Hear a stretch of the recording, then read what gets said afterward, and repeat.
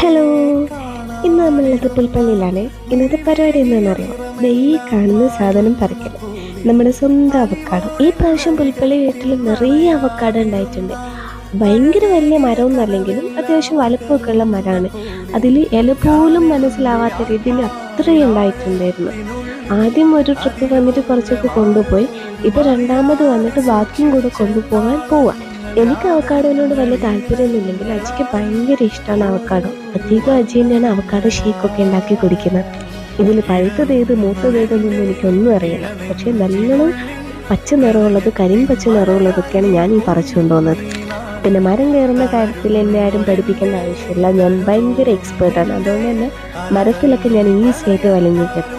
പോരാത്തതിനവിടെ അലക്കുകല്ലുണ്ടായിരുന്നു. അലക്കുകല്ലിന് വലിഞ്ഞു കയറിയിട്ട് അതുമൊന്ന് മരത്തിലേക്ക് കയറും. ഈ പ്രാവശ്യം വയനാട്ടിൽ അധിക വീട്ടിൽ നിറയെ അവക്കാടോ ഉണ്ടായിട്ടുണ്ട്.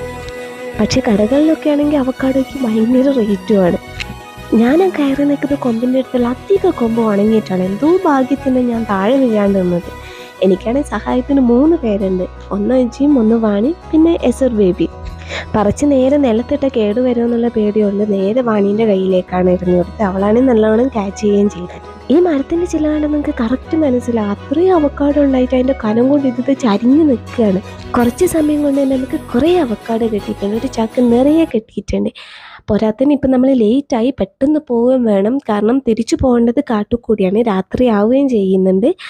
അപ്പം ഇനി എന്തായാലും അടുത്ത വീഡിയോയിൽ കാണാം. Okay, bye.